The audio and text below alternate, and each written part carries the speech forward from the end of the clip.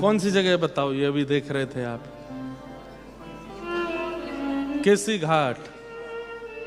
यहां पर केसी नाम के राक्षस का वध किया था ठाकुर जी ने। कैसे किया था पता है? मधुमंगल लाला ते बोलो, लाला तू जब कोई गरीते नहीं करे तो सबरी गोपी तेरी बलैया क्यों ले में, सबरे संत तू को प्रणाम क्यों करें? ठाकुर जी बोले, मैं जय जय हूं, हमारे करें। वो लाला मुंह को तो ऐसा लगे तेरे वस्त्रन में और तेरे मोर मुकुट में कछु जादू है, तू एक दना मुंह को पहना दे इन्हें, मैं पहन के डोरूंगा तो सब मेरी बलैया लेंगे। ठाकुर जी बोले, दारी के भूल के वो मेरे कपड़ा ने मत पहन लियो कभी। ब्रजभाषा समझ रहे हैं ना? मधुमंगल बोलो, जो मना कर रहा है अब तो मैं जबरदस्ती पहनूंगा।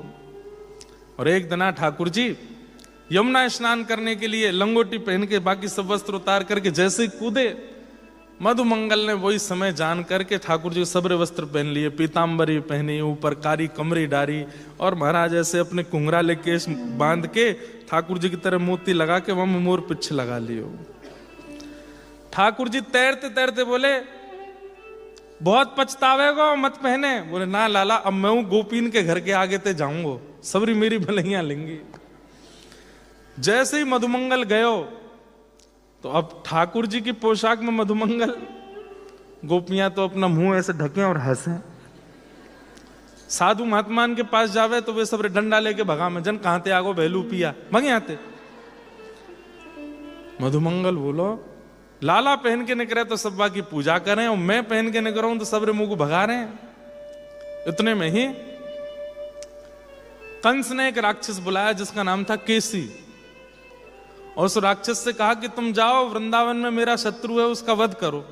तो केसी ने कहा, मैं तो जानता नहीं आपका शत्रु कैसा है। बोले, पीतांबरी पहनता है, मोर पिच पहन के घूमता है, हाथ में वंशी लग रही होगी, वही मेरा शत्रु है। अब मधुमंगल पहन के घूम रहा था पीतांबरी, मोर पिच लगाए, हाथ में वंशी ऐसे घुमाए कि कोई गोपी मुंह को देख ले। गोपी तो देखी नहीं, संत महात्मा ने तो देखो नहीं, आगे तक केसी राक्षस आए गए, और राक्षस विशाल विकराल रूप लेकर के जैसे ही भागो, मधुमंगल भागो, अरे लाला बचा, अरे कन्हैया बचा, अरे अरे लाला बचा। ठाकुर जी बोले, अपने आप बच ले अब, अरे लाला तेरे हाथ जोड़ू पंप। बोले, पहने को मेरी लत्ता दोबारा? ब्रज भाषा में कपड़ों को लत्ता बोलते हैं। ना पहनूंगा लाला, तेरे हाथ जोड़ू, मुंह को बचा।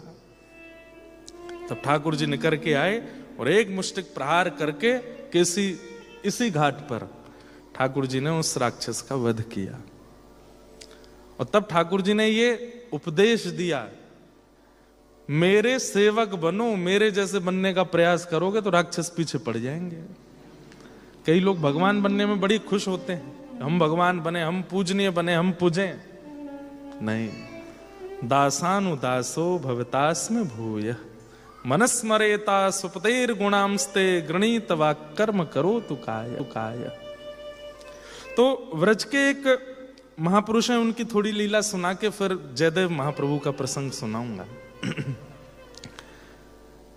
तो श्री गोरीलाल कुंज के प्रमुख आचार्य श्री नरहर देव जी और श्री नरहर देव जी के शिष्य हुए श्री रसिक देव जी। बहुत ध्यान से सब लोग इधर देखो और ध्यान से सुनो, बहुत सुंदर कथा है। वृंदावन ऐसे नहीं मिल जाता है, बहुत तपाना पड़ता है अपने आप को, तब वृंदावन की प्राप्ति होती है। जिन लोगों को केवल 2 घंटा सत्संग सुनने में सुख मिलता है और फिर ऑस्ट्रेलिया में रहने में भी अच्छा लगता है यहां से जाने की, वो लोगों के लिए ये प्रसंग वैसे नहीं है। पर जो तड़प रहे हैं वृंदावन के लिए वो जरूर सुनो। वृंदावन के लिए तपना तो पड़ता है।